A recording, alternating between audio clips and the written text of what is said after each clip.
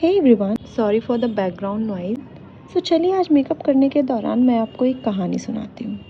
एक बार की बात है, एक राजा ने भोज का आयोजन किया और बहुत सारे ब्राह्मणों को खाने के लिए बुलाया।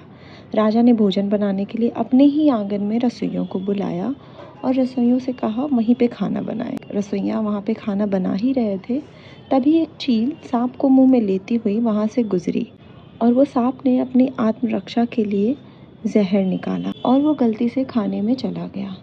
रसोइयों इस बात से अनजान उन्होंने सारे ब्राह्मणों को खाना परोसा और राजा ने सारे ब्राह्मणों को खाना खिलाया और वो विष की वजह से सारे ब्राह्मण चल बसे। अब यमराज को फैसला लेना था, आखिर अब इसका भागीदार कौन है, किसको सजा दी जाए।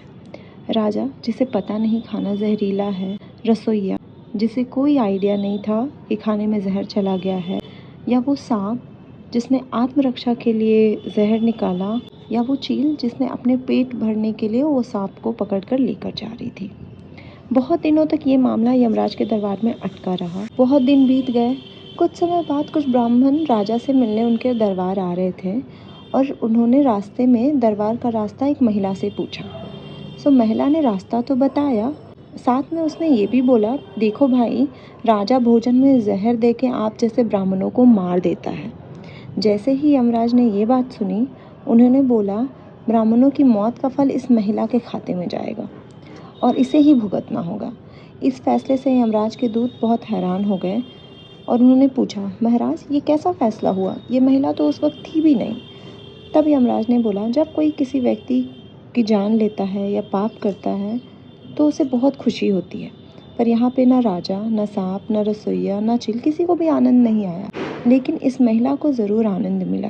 वो रास्ता बताने के दौरान बहुत ही मज़े लेकर वो ब्राह्मणों का कान भर रही थी। तभी यमराज ने कहा, अगर कोई व्यक्ति बिना वजह किसी की बुराई करता है या किसी दूसरे व्यक्ति के पाप कर्म का बखान बुरे भाव से करता है तो उसके पापों का हिस्सा बुराई करने वाले के खाते में डाल दिया जाता है। अक्सर हम सोचते हैं कि हमने तो कोई पाप किया नहीं, तो हमारे जीवन में इतना कष्ट क्यों है, और अक्सर हम भगवान को कोसते हैं कि हमें इतनी बड़ी सज़ा क्यों मिल रही, हमने तो ऐसा कुछ किया ही नहीं। तो इसका जवाब आपको मिल गया होगा।